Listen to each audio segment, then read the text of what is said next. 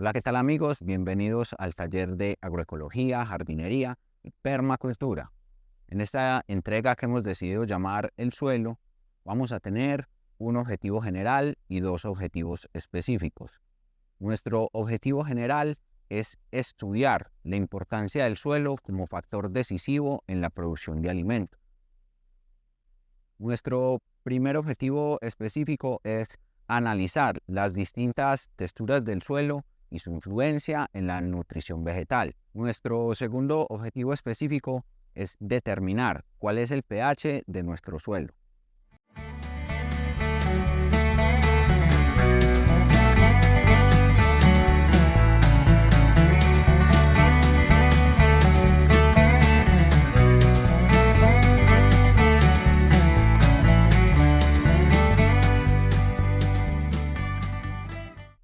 En la agricultura orgánica, el suelo es el factor más importante, porque es en el suelo donde se concentra la mayor parte de la vida. En un gramo de suelo podemos encontrar millones de microorganismos que son benéficos. Podemos encontrar vertebrados, invertebrados, podemos encontrar microorganismos como virus, bacterias, hongos, protozoos. El suelo técnicamente no debería llamarse suelo, debería llamarse vida. En la agricultura orgánica nosotros no nutrimos las plantas, nutrimos el suelo, nutrimos esos microorganismos que son los que a la final hacen que los nutrientes estén disponibles para las plantas. El suelo es un recurso fundamental para la producción de alimentos, ya que es el medio en el que se cultivan las plantas que proporcionan los alimentos que consumimos. El suelo es un complejo sistema biológico, físico y químico que proporciona a las plantas los nutrientes necesarios para su crecimiento y desarrollo. Los nutrientes del suelo incluyen nitrógeno, fósforo, potasio y otros elementos que son esenciales para la vida de las plantas. Además, el suelo actúa como un filtro natural que retiene y purifica el agua y proporciona un hábitat para una gran variedad de organismos vivos, incluyendo microorganismos, insectos y animales más grandes. La salud del suelo es esencial para la producción de alimentos de alta calidad y cantidad. Los agricultores y productores de alimentos deben cuidar y proteger el suelo para asegurar que pueda seguir siendo productivo y sostenible a largo plazo. En la agricultura orgánica, se busca mantener la fertilidad del suelo mediante prácticas sostenibles y respetuosas con el medio ambiente, con el fin de obtener alimentos saludables y de alta calidad. En la producción de alimentos orgánicos, se evita el uso de productos químicos sintéticos, como fertilizantes y pesticidas, que pueden dañar la salud humana y el medio ambiente. En su lugar, se utilizan prácticas agrícolas que buscan mejorar la calidad del suelo, como la rotación de cultivos, la incorporación de abonos orgánicos y el control biológico de plagas y enfermedades.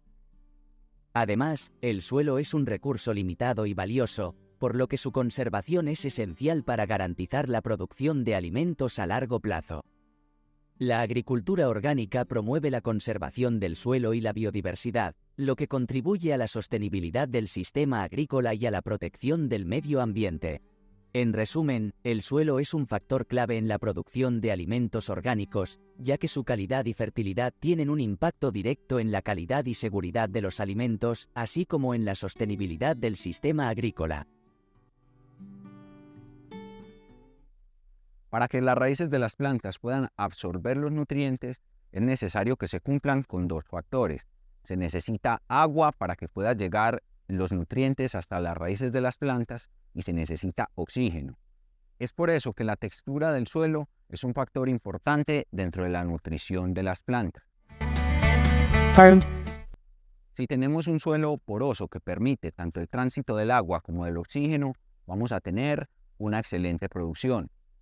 Si por el contrario nuestro suelo es un suelo compacto que no permite el tránsito ni del agua ni del oxígeno, a nuestras plantas les va a ser difícil acceder a los nutrientes disponibles.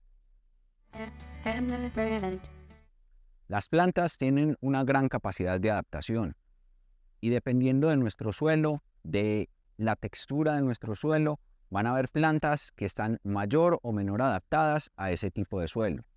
Es por eso que en este video vamos a definir cuáles son las texturas del suelo y vamos a aprender a cómo diferenciarlas.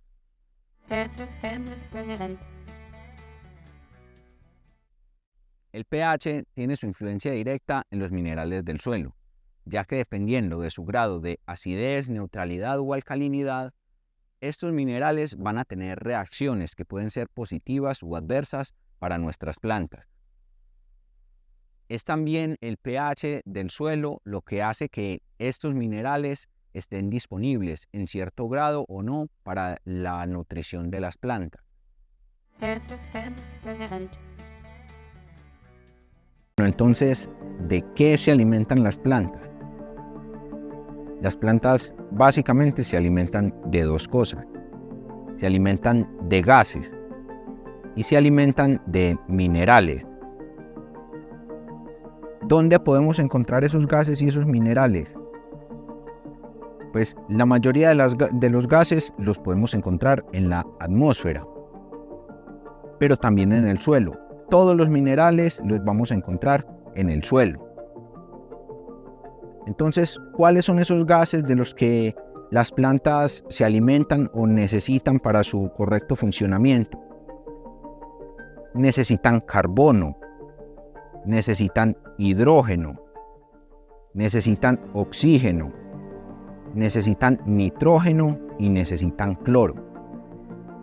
Estos son los gases que una planta necesita para su correcto funcionamiento. Bueno, entonces, ¿cuáles son los minerales?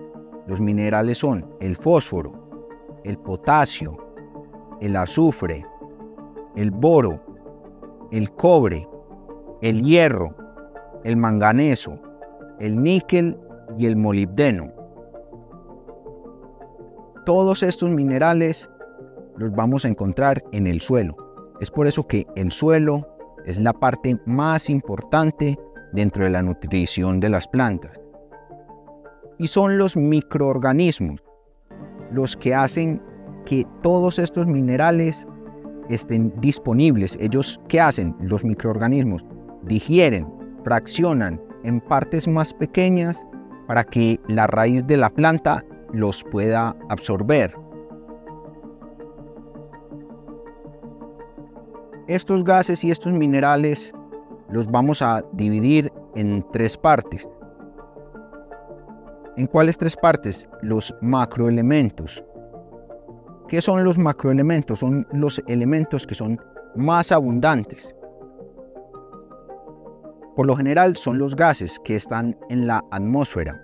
Están disponibles para todos. Cuando nosotros respiramos, solamente el 14 o 15% de lo que respiramos es oxígeno. El resto es, al menos el 70%, es nitrógeno. Entonces, ¿cuáles son los macroelementos, los más abundantes? ¿Cuáles son los más abundantes? El carbono, el hidrógeno, el oxígeno, el nitrógeno. Quiere decir que nuestras plantas siempre van a tener acceso a estos macroelementos, al carbono, al hidrógeno, al oxígeno y al nitrógeno.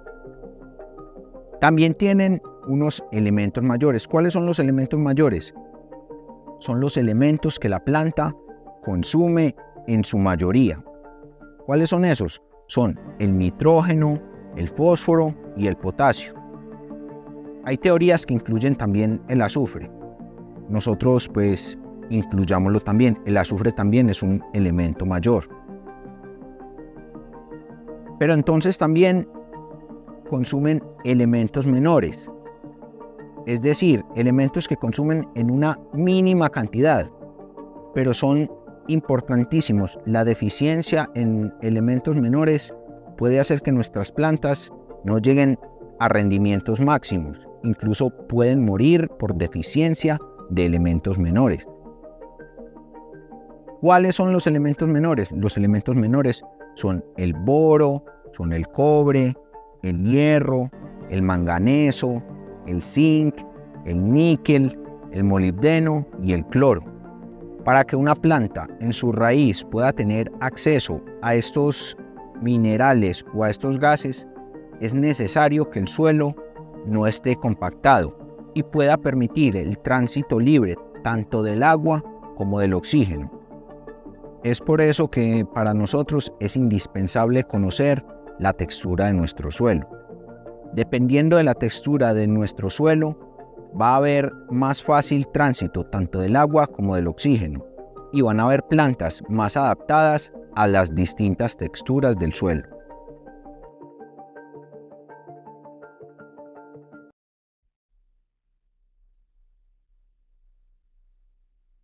¿Qué es pH o potencial de hidrógeno y por qué es importante en la agricultura? El pH o potencial de hidrógeno es una medida que nos dice cuál es la cantidad de partículas de hidrógeno que hay en determinadas sustancias. Esa medida va de 0 a 14, siendo 0 la parte más ácida y 14 la parte más básica. 7 sería la parte neutra. ¿Por qué es importante saber esto? Porque las plantas se nutren de macroelementos, de elementos mayores y elementos menores. Y dependiendo del grado de ácido o de básico de esa sustancia, esos nutrientes van a estar disponibles o no para las plantas. ¿Cuáles son los macronutrientes?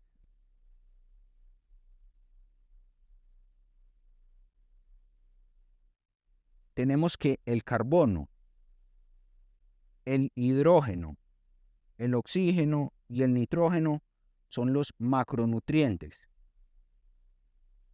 Y son gases que están en la atmósfera.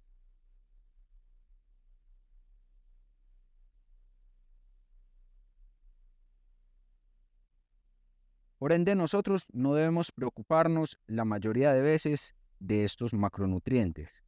Pero también tenemos elementos mayores,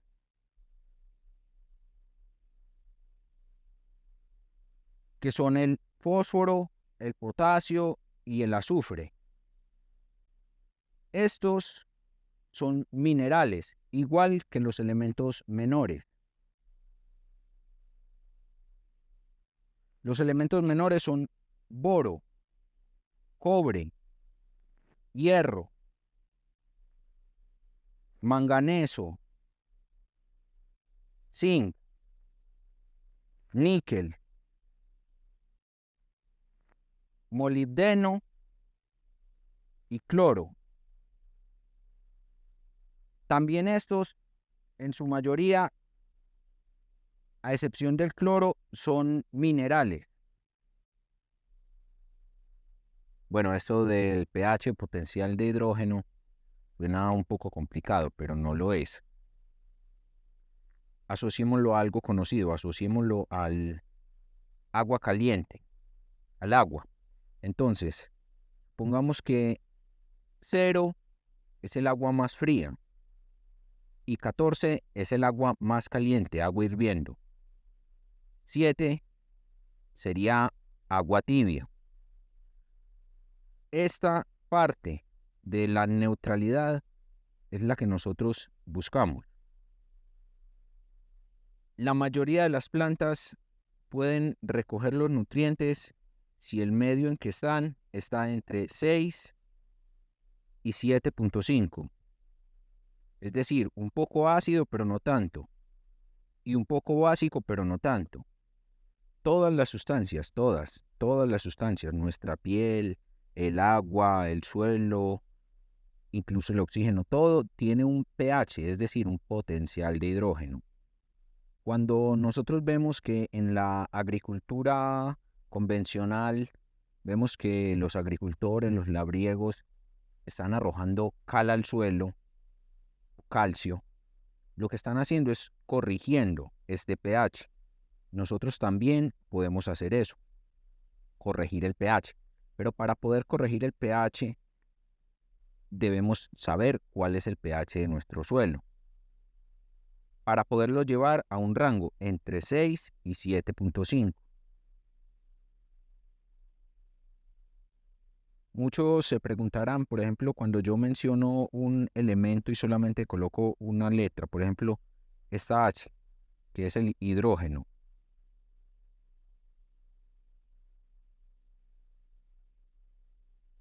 ¿Por qué así? ¿Por qué no coloco el nombre completo? Pues este es el símbolo atómico. Todos deberíamos de ir, conseguir, si no la tenemos, una tabla periódica.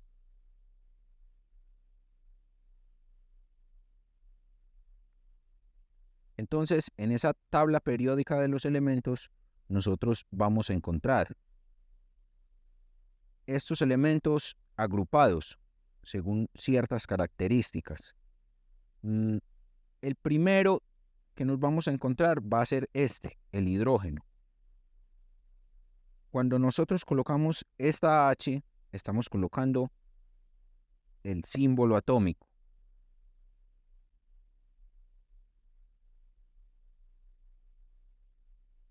Estamos colocando el símbolo atómico. Dentro de esta tabla periódica vamos a encontrar que tiene esta H, tiene un numerito, que también es por ejemplo, en este caso es el 1, el número atómico. Número atómico. También nos vamos a encontrar que tiene otros números pequeñitos, que es el peso atómico. No me recuerdo cuál es el peso atómico del hidrógeno. Entonces, cuando yo coloco solamente esta letra, es el símbolo de cada elemento. Para que nos podamos guiar, pues si no se lo saben, podrían conseguir una tabla periódica o descargarla. Dentro de la escala del pH o potencial de hidrógeno tenemos que de 0 a 6 es un suelo ácido. De 6 a 7.5 se dice que es un suelo neutro o una solución neutra. Y de 7.5 hasta 14 se dice que es básico o alcalino. Cuando tenemos calcio, potasio, magnesio y sodio, cuando tenemos exceso de estos elementos, se dice que tenemos un suelo básico o alcalino. Estos elementos, el calcio, el potasio, el magnesio y el sodio, hacen que el suelo sea alcalino. Por el contrario, si tenemos un exceso de iones de hidrógeno, se dice que nuestro suelo es ácido, cuando tenemos demasiada concentración de iones de hidrógeno. Cuando nuestro suelo es ácido, esto hace que no esté disponible el potasio, el nitrógeno, el magnesio, el boro y otros elementos. En cambio, se hacen disponibles o solubles otros elementos, como el hierro, el cobre, el zinc, que son metales pesados y son dañinos para las raíces. En exceso son dañinos esencialmente para las raíces. Otra de las partes importantes de nosotros saber cuál es el pH de nuestro suelo y poderlo corregir es que dentro de la agricultura agroecológica y la permacultura, como ya lo he mencionado antes, nosotros trabajamos con microorganismos.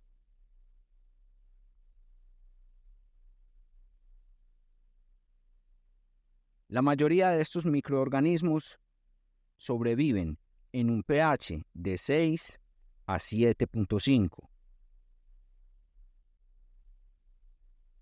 Es por eso que tanto para la absorción de los elementos como para la vida de estos microorganismos, nosotros debemos corregir el pH de nuestro suelo.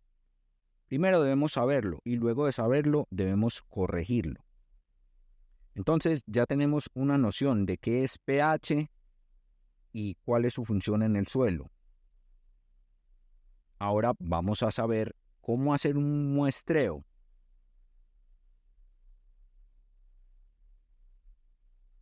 Cómo hacer un muestreo para determinar el pH.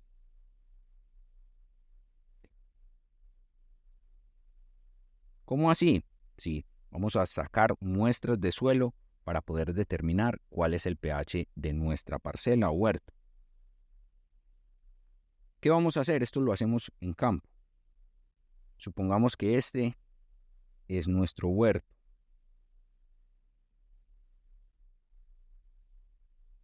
Si las condiciones de la tierra, del terreno, son distintas, dependiendo de este lugar, la tierra de este lugar puede ser distinta a la tierra de este lugar. Puede tener tanto un pH distinto como una textura distinta.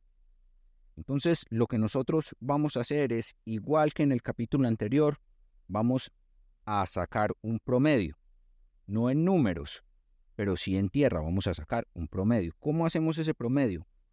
Vamos a sacar una muestra representativa de nuestro terreno. ¿Y cómo hacemos eso? Entonces, supongamos que este es el terreno. Yo lo que voy a hacer es que voy a trazar un camino para hacer huecos.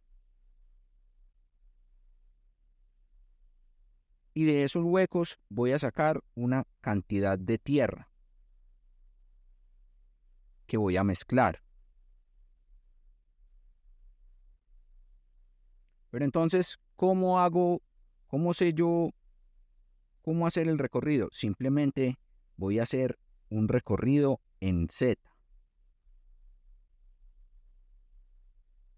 Empezando acá, hago el primer hueco. Puedo hacer huecos cada 2 metros, cada 1,5 metros.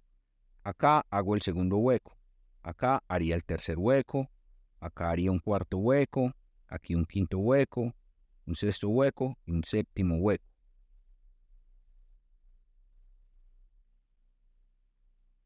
De cada uno de estos huecos voy a sacar una muestra de tierra. Pequeña, pueden ser 10, 15 gramos. Y los voy a mezclar. Enseguida vamos a aprender cómo hacer el hueco y cómo sacar la tierra. Los voy a mezclar en una bolsa, los voy a mezclar en algún recipiente. Luego de mezclarlos, de esa mezcla completa yo voy a sacar una parte. Esa parte que es mezclada con tierra de todos estos lugares es una muestra representativa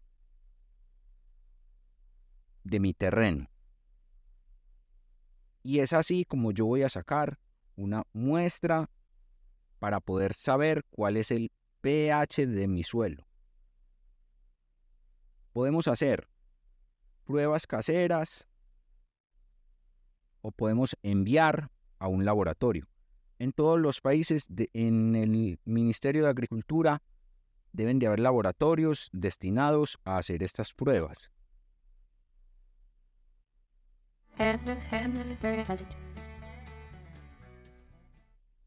Entonces, ¿cómo voy a sacar la muestra de suelo para mi prueba de pH?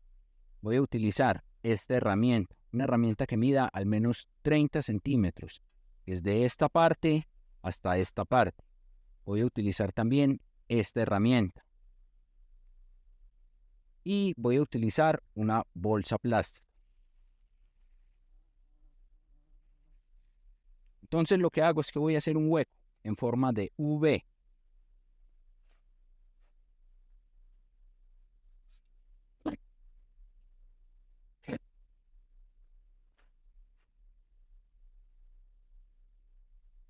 Saco esta parte y la desecho. Enseguida voy a sacar de este borde también en V, voy a sacar una lámina pequeña.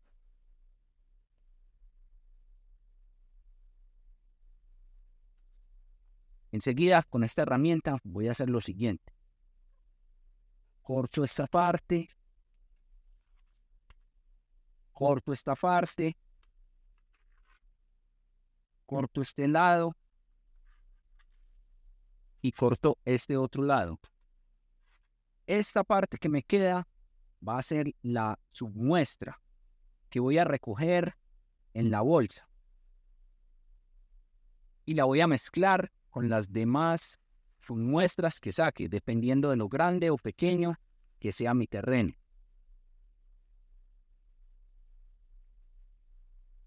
Sacaría, si son 3 submuestras, sacaría 3 así y luego las mezclo. Para nuestra prueba casera de pH o potencial de hidrógeno, vamos a necesitar los siguientes materiales. Vamos a necesitar agua destilada, vamos a necesitar vinagre de manzana y vamos a necesitar bicarbonato de sodio. Vamos a utilizar 2 vasos, pueden ser metálicos, pueden ser de vidrio, pueden ser de plástico.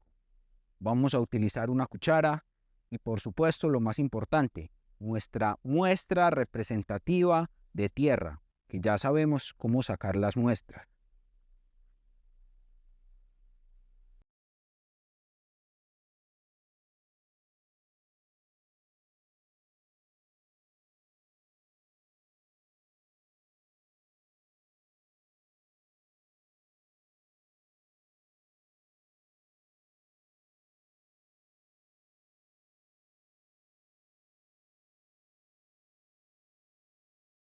Entonces, vamos a utilizar 2 vasos, uno para el vinagre y otro para la soda, para el bicarbonato de sodio. En cada uno vamos a echar aproximadamente 40 gramos o 2 cucharaditas de tierra, de nuestra muestra representativa de tierra.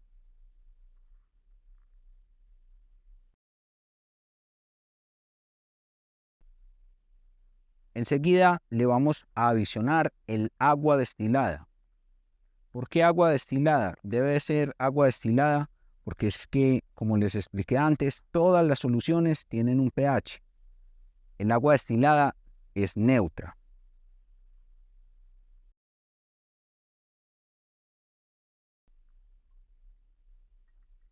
Lo revolvemos con cuidado, tratando de diluir toda la cantidad de tierra que tenemos.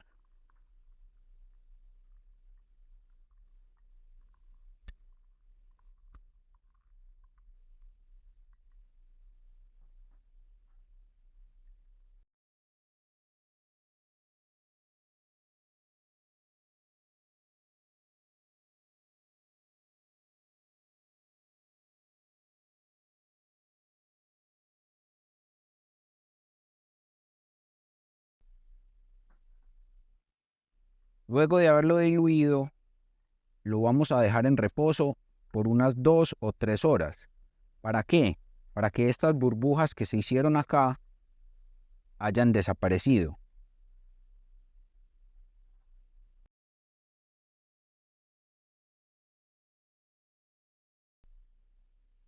Luego que hayan pasado las 2 horas y nuestras 2 muestras estén en reposo y ninguna de las dos tenga burbujas notables, vamos a adicionar, a una le adicionamos el bicarbonato sódico y a la otra le adicionamos lo que es el vinagre de manzana. Si le agregamos a una muestra el bicarbonato sódico y observamos que hay una reacción en burbujas, quiere decir que nuestro suelo es ácido. Si le agregamos el vinagre de manzana y observamos que hay reacción, quiere decir que nuestro suelo es alcalino. Si agregamos tanto el bicarbonato y no hay reacción, y a la siguiente muestra le agregamos el vinagre de manzana y tampoco hay reacción, quiere decir que nuestro suelo es un suelo neutro.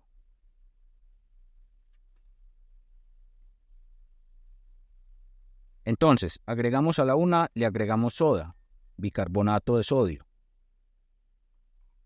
a una muestra. Y a la siguiente muestra le agregamos el vinagre de manzana. Diluimos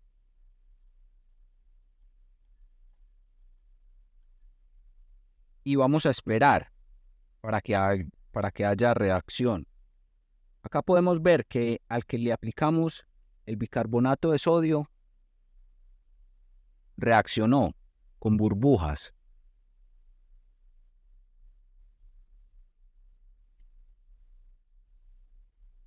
Quiere decir que estamos en presencia de un suelo ácido. con un pH de 6 o menos de 6. Aquí podemos notar que al que le adicionamos el vinagre de manzana no tuvo ninguna reacción.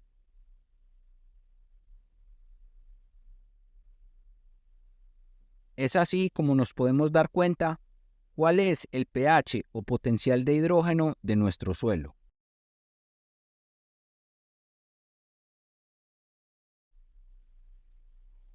Explicar las texturas del suelo a través de un video pues es difícil, pero vamos tan siquiera a tratar de saber cómo se ve cada textura. Por ejemplo, este es un suelo franco. En la agricultura es el suelo que buscamos tener, ya que tiene las capacidades de retención, tanto de agua como de oxígeno. Es un suelo que ni se va a saturar demasiado, ni va a liberar muy pronto el agua.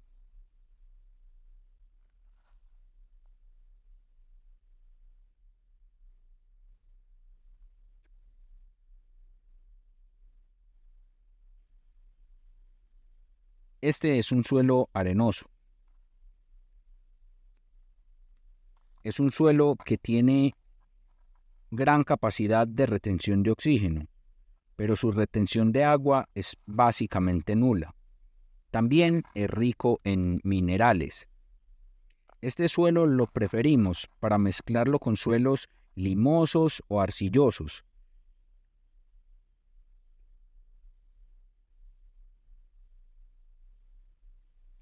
Este es un suelo limoso. Es un suelo rico en materia orgánica y minerales, pero es un suelo que siempre está húmedo. Es un suelo que tiene poca o nula retención de oxígeno.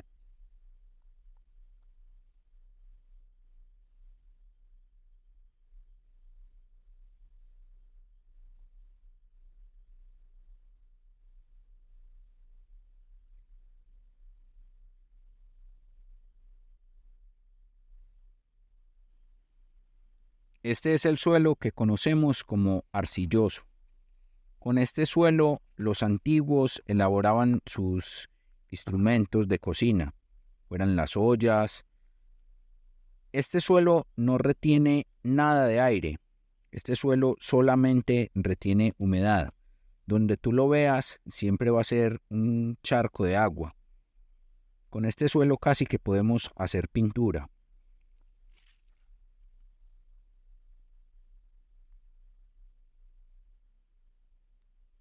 Lo hay de varios colores, lo hay rosado, lo hay blanco, lo hay así amarillo.